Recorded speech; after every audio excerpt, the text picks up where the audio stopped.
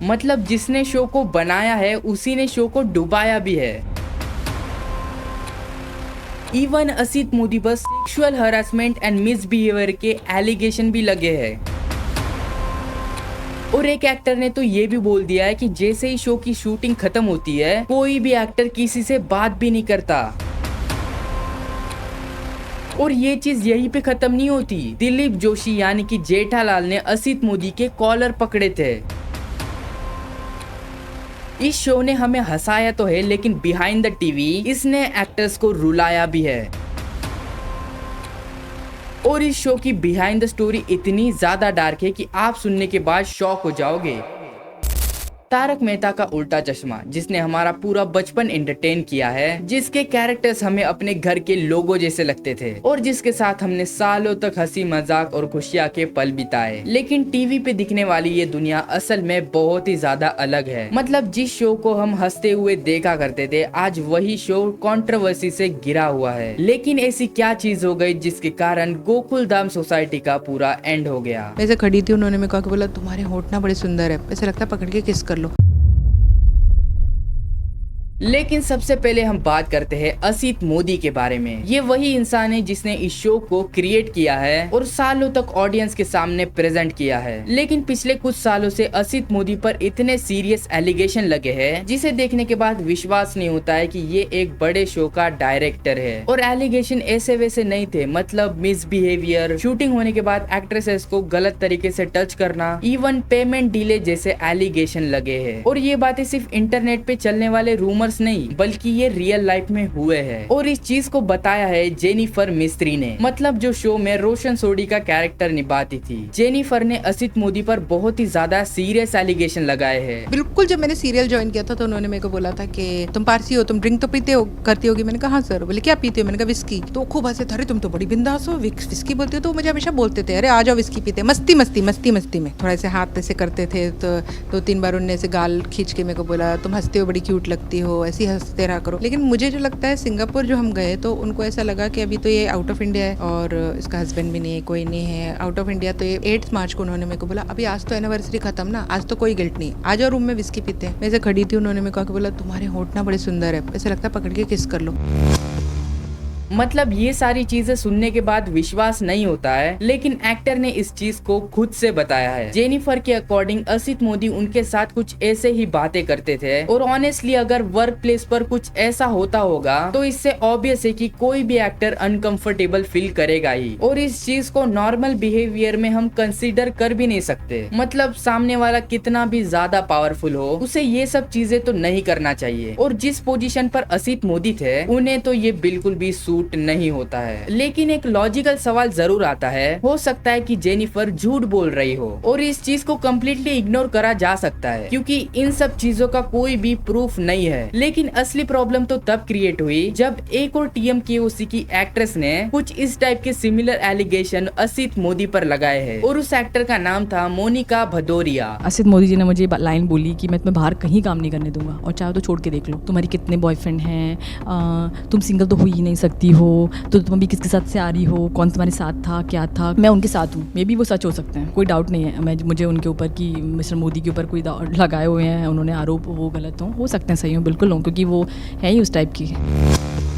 और अगर ये सच में कहा होगा तो ये कम्प्लीटली गलत है। मतलब एक एक्टर खुद चूज कर सकता है कि उसे वहाँ पर काम करना भी है या फिर नहीं, लेकिन अपने ईगो के लिए ये कहना कि मैं तुम्हें कहीं पर काम करने नहीं दूंगा ये कम्प्लीटली गलत है। और अगर सेट पर कुछ ऐसे अनकंफर्टेबल क्वेश्चन अगर पूछते होंगे, मतलब तुम एक्ट्रेस को कैसे पूछ सकते हो कि तुम्हारे कितने बॉयफ्रेंड है। लेकिन आपने एक चीज यहाँ पर नोटिस करी होगी, मोनिका एंड जेनिफर के दोनों के एलिगेशन सेम टू सेम ही लगते हैं। मतलब अगर कोई एक पर्सन एलिगेशन लगा रहा है तो हम ये सोच सकते हैं कि वो गलत होगा, लेकिन अगर सेम एलिगेशन दोनों लोग लगा रहे हैं इसका मतलब कुछ तो गलत हो रहा है। और ये कंट्रोवर्सी इन दोनों तक ही नहीं बल्कि पलक सिद्धेवानी के साथ भी हुआ है, मतलब सोनू भिड़े के साथ। मतलब जब पलक शो को छोड़ रही थी उसी वक्त इनकी कंट्रोवर्सीज हुई थी। मतलब सोनू ने ये भी एलिगेशन लगाए हैं कि उसे मेंटली हरास किया गया और साथ में उसने पेमेंट डिले के एलिगेशन भी लगाए हैं। और उसने ये भी बताया है कि ये सारी चीजें बहुत ही ज्यादा स्ट्रेसफुल है। और जब ये सारी चीजें होती थी तब वो मेकअप रूम में रोती भी थी। और पेमेंट डिले सिर्फ सोनू का ही नहीं बल्कि बहुत सारे लोगों का हो चुका है। मतलब एक्ट्रेस ने काम तो कर दिया लेकिन उन्हें पैसे ही नहीं दिए। और इस बात की आयरनी तो देखो, जिस शो का नाम ही तारक मेहता का उल्टा चश्मा है, उसी शो का तारक मेहता का कैरेक्टर शो करने वाले सहिलेश लोधा इन्होंने असित मोदी पर बहुत ही ज्यादा सीरियस एलिगेशन लगाए हैं। और इनके बीच की आर्गुमेंट पैसों तक सीमित नहीं थी बल्कि ये चीज सेल्फ रिस्पेक्ट तक पहुंच गई। और इनके बीच की आर्गुमेंट इतनी ज्यादा हो गई कि सहिलेश लोधा असित मोदी का नाम भी लेना पसंद नहीं करते।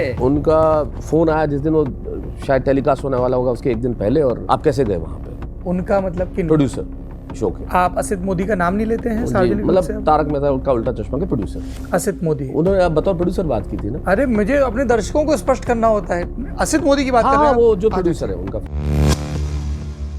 ऑनेस्टली मुझे यहाँ पर एक इंटरेस्टिंग चीज लगती है, अगर कोई एक एक्टर शो का सालों तक अपनी आइडेंटिटी का एक इम्पोर्टेंट पार्ट रहा है और फिर वही एक्टर शो छोड़ने के बाद अगर प्रोड्यूसर का नाम भी लेना पसंद नहीं करता है, इसका मतलब तो यही है कि कुछ गलत तो हुआ है। मेरा मतलब यही है कि अगर उसी शो के एक्टर्स शो छोड़ने के बाद प्रोड्यूसर के अगेंस्ट कुछ ऐसे बोल रहे हैं, इसका मतलब तो ये भी हो सकता है कि उस टाइम पर असित मोदी गलत थे। लेकिन ऑब्वियस सी बात है, एलिगेशन इतने ज्यादा सीरियस है कि कोई भी उस चीज को एक्सेप्ट नहीं करेगा। लेकिन अगर कोई लोग अगर आना ही नहीं चाहते हैं, जो उनको पेट भर गया हो, उनको लगता है कि हमने अगर बहुत कुछ कर लिया, हमको और कुछ करना चाहिए, तो हमको भगवान ने बहुत कुछ प्रतिभा दी है, हमको सिर्फ तारक मेहता का उल्टा चश्मा तक सीमित नहीं रहना चाहिए, तो मैं फिर भी उनको कहता हूँ भाई सोचिए समझिए। लेकिन अगर नहीं आएंगे तो जरूर शो रुकेगा नहीं, नए तारक मेहता जरूर आ जाएंगे।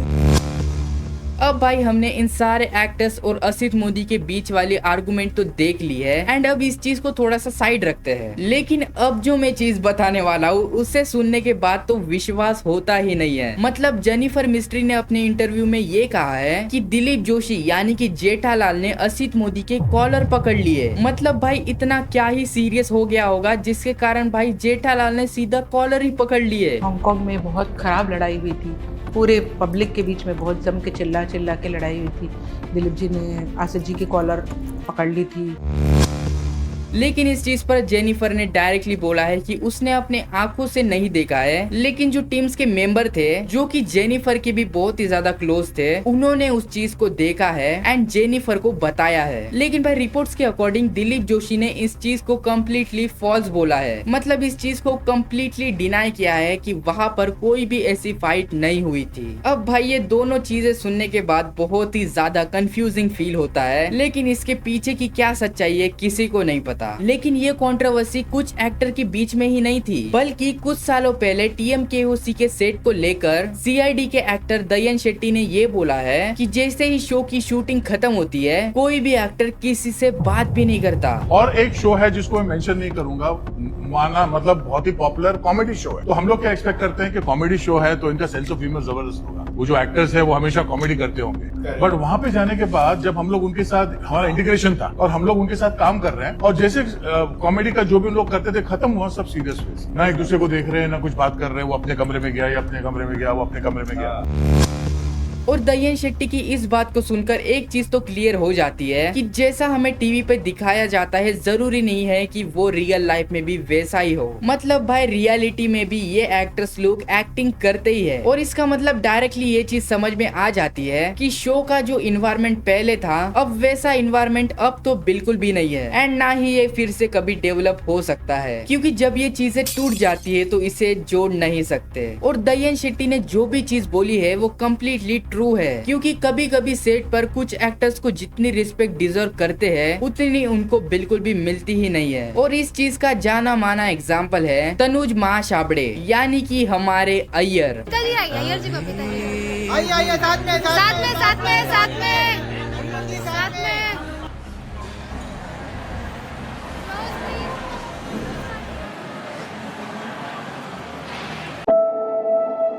मतलब भाई इस क्लिप को देखकर मुझे ही पर्सनली बहुत ही ज्यादा अनकंफर्टेबल लगा, क्योंकि भाई जिस तरीके से बबीता ने अय्यर को इग्नोर किया है, मतलब भाई एक कुत्ते के लिए इंसान को इग्नोर कर देना ये कम्प्लीटली गलत है। और अगर आप ध्यान से अय्यर के फेस को देखोगे तो आपको पता चल जाएगा कि वो वहाँ पर कितना ज्यादा अनकंफर्टेबल फील कर रहा है। मतलब भाई जब पैपराजीज बोल रहे हैं कि साथ में फोटो चाहिए, तो भाई देख सकते हो भाई बबीता ने क्या ही गंदी तरीके से इग्नोर किया है। और इसके पीछे का रीजन क्या है किसी को भी नहीं पता है। मतलब भाई बस बबीता ही अय्यर को रिस्पेक्ट नहीं देती है या फिर सभी नहीं देते हैं। लेकिन भाई अय्यर भी इस शो का इम्पोर्टेंट पार्ट रहा है। और भाई इन सारी चीजों को देखने के बाद एज अ फैन कहीं ना कहीं हर्ट तो होता ही है। मतलब भाई जिस TMKOC शो से हम इतना ज्यादा ऑब्सेस थे, आज उसकी रियलिटी बहुत ही ज्यादा अलग है। क्योंकि यार बचपन में हमें इन सारी चीजों के बारे में कुछ भी नहीं पता था। हमें बस यही लगता था कि गोकुलधाम सोसाइटी नाम की एक सोसाइटी एग्जिस्ट करती है। क्योंकि ऑब्वियस सी बात है उस टाइम पर हम मेच्योर नहीं थे, बस हम उस चीज को एंजॉय करते थे। लेकिन अब उसी शो की वही ऑडियंस अब वो बड़ी हो चुकी है, अब वो हर चीज को लॉजिकली देखती है। लेकिन इसका मतलब ये नहीं है कि इस शो को कोई भी नहीं देखता है, बल्कि बहुत सारे लोग इसके ओल्ड एपिसोड रोज देखते हैं, एंड मोस्टली भाई खाना खाते समय। और मुझे पता है कि आप में से बहुत सारे लोग देखते भी होंगे। बस भाई मुझे यही समझ में नहीं आता है कि ये जो नए वाले एपिसोड है इन्हें देख कौन रहा है। मतलब भाई इतना गंदा किसका ह्यूमर है जो कि ये नए वाले एपिसोड को भी देख रहा है। क्योंकि नए वाले एपिसोड तो भाई मुझे कसम से बहुत ही ज्यादा क्रेंज लगते हैं। मतलब तुम एक बार ये क्लिप देखो। दादाजी का